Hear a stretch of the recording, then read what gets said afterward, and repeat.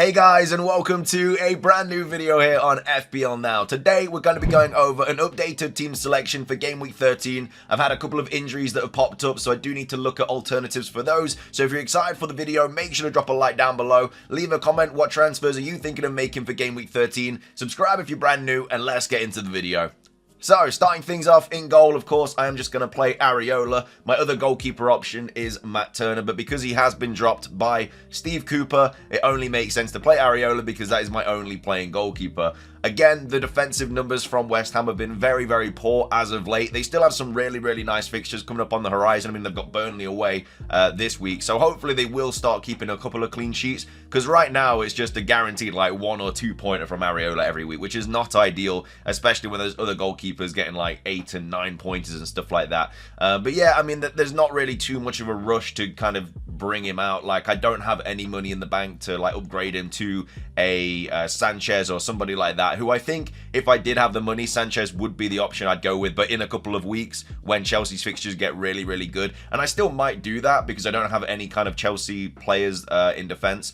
So yeah, that might be a situation that I do look at down the line when Chelsea's fixtures do change, but as of right now, Areola away at Burnley is my goalkeeper this week. The back line is unchanged as well at this point in time. Again, I'm not a massive fan of playing Matty Cash, who's got Spurs away, but he does have Bournemouth the week after, which is why I think I'll just keep him for these two fixtures, because he's not like a player that I have to get out, especially now that I've got a couple of injuries that have popped up throughout the international break, and I could still get more injuries as well. We still have another week before game week 13 starts. So yeah, Matty Cash, not ideal playing him against Spurs away, but you know, Spurs still are not like their strongest they could possibly be. So if you were going to play Spurs, you'd rather do it now when, you know, they've got defenders out, midfielders out, stuff like that. So yeah, I mean, Aston Villa haven't been great defensively either, really. Not that they've been like letting in a ton of goals, but they've been letting in like one every now and again, which is not ideal because that will obviously just kill the clean sheet. But either way, Matty Cash, who's got Spurs away, and then Gabriel, who's got Brentford away. Again, hoping he does play that game. If he doesn't play it, then I'm in a little bit of a situation because my bench options are Kabore, who's got Palace at home, and then Tsimikas, who's got City away. So it's not a great situation to be in if he doesn't play. Again, he's only missed a few fixtures this season, a lot of them at the start of the season. Since then, he's only missed that Sheffield United game. So hopefully he does just keep his place now. Like, there's no other better centre-backs barring Saliba that would like play there. So yeah, I'd like to think that Gabriel will just carry on playing. That centre-back pairing is really, really good. Their defensive numbers are really, really good for Arsenal, so I don't know why Mikel Arteta would even bother changing it around. Maybe he missed that Sheffield United game because of like an injury or like an illness or something, and we just didn't get more information about it. But yeah, that was a little bit of an annoying kind of, it just made him a little bit more of a doubt than he was, which isn't great. But either way, got Gabriel, who's got Brentford away, and I've also got Anderson, who's got Luton away as well. I'm really hoping for something from Anderson. Since I brought him in, yeah, he has picked up like a clean sheet and stuff, but so have the other Crystal Palace options. And you know, I brought him in with a little bit more money because of his attacking numbers, and just since then I brought him in on a game week 8 wildcard. It's game week 13. I don't think he's had an attacking return apart from the 1 week where I didn't play him, where he got like an assist, I think against, can't remember who it was against, but he finished on like 3 points because of that assist. But yeah, I really need something from him. But Luton away is obviously a great fixture, so yeah, hopefully he can reward me for keeping with him. So yeah, that's the back line. In midfield is where one of the first injuries have popped up, and it is actually Jarrod Bowen, which is not great, especially for all of the new owners as well. I know that like a couple of 100,000 people have brought him in this week and last week and stuff like that, and now he's potentially injured. It is a knee problem. Gareth Southgate said that he should be okay, but there was no point of like risking him, so he hasn't travelled with the England squad. So obviously he's travelled back to West Ham, and yeah, he hasn't travelled because basically Gareth said there's no point of risking it. But you know, if it turns out that injury is a little bit more severe, because you know, with knee injuries it could really be hit or miss. You know, he could be out for months if it's actually quite bad. Like, I think it's come out that Matoma is going to miss the Forest game, where that was just like a slight knock like last week, and now he's going to miss arguably a really, really good fixture for Brighton. So yeah, if you are a Matoma owner, if you weren't aware, it doesn't look like he's going to be playing that Forest game. And again, that could be the same situation that happens with Bowen here. You know, Bowen might miss the Burnley game. But either way, we'll go over the transfers and stuff at the end of the video. But yeah, we've got Bowen, who's got Burnley away. I really hope he does play. because he is just such a nice option to have, and he's actually a decent captaincy shout this week as well, in my opinion anyway. His away form is really good, and his just overall form is incredible at the moment. But yeah, it'd be a massive miss to lose Bowen.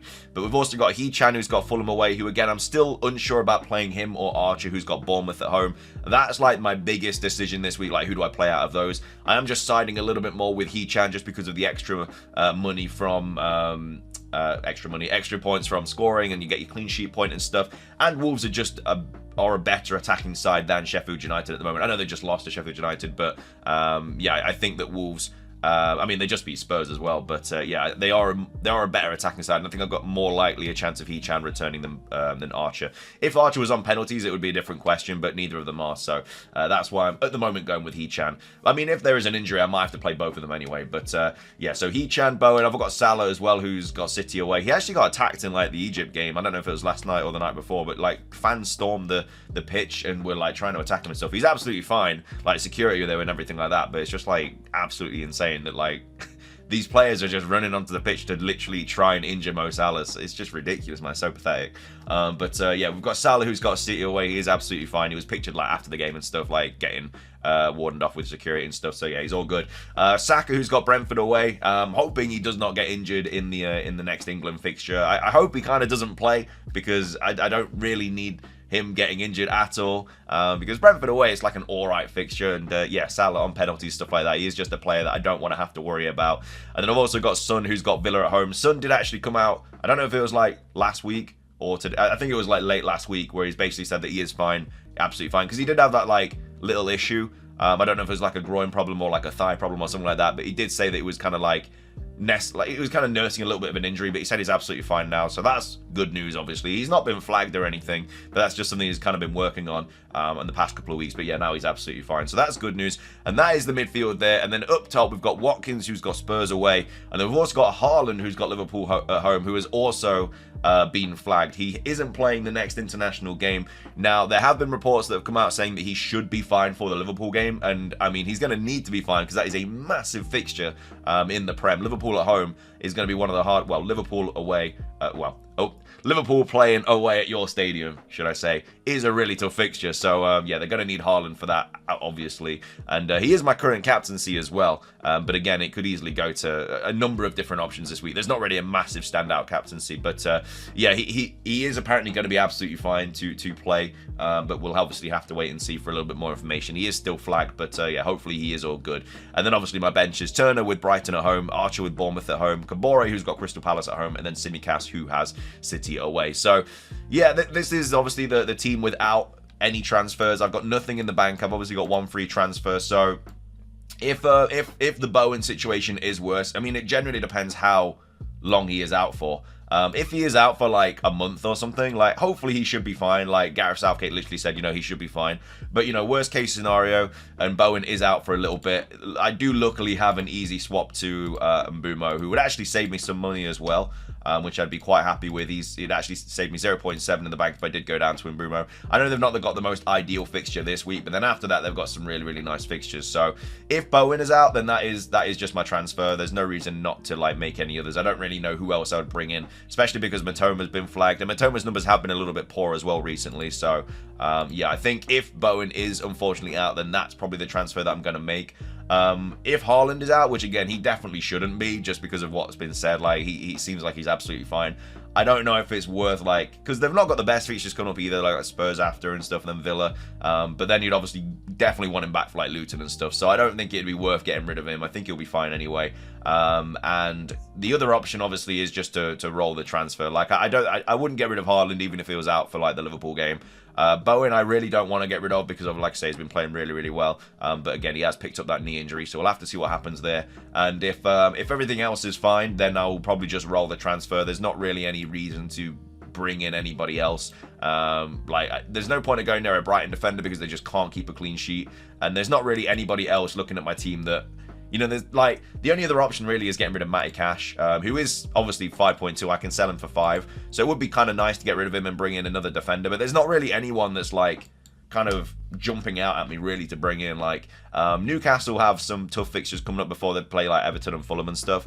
I can't obviously go up to like Saliba for like double Arsenal defense, and there's not really any other massive turn of fixtures. Like I wouldn't be bringing in a Brentford player this week because they've got Arsenal at home. There's no point of bringing in a West Ham defender because I've already got Areola and their numbers are terrible. So yeah, there's not really anything I need to do this week. Like I can't bring in another Liverpool defender because I don't have the money. So, yeah, I think I'll just keep Matty Cash. I kind of want him for that Bournemouth game anyway, and then I'll definitely be getting rid of him for the City and Arsenal game and Brentford. Like, there's no reason to have him there. Again, I'll probably keep Watkins for those fixtures just because having an attacker is a little bit different than having a defender. But, yeah, I think I've got a bit of money saved up in Matty Cash, so it is a bit nice. I can't remember what I bought him for. If I go to the list view, I actually bought him for...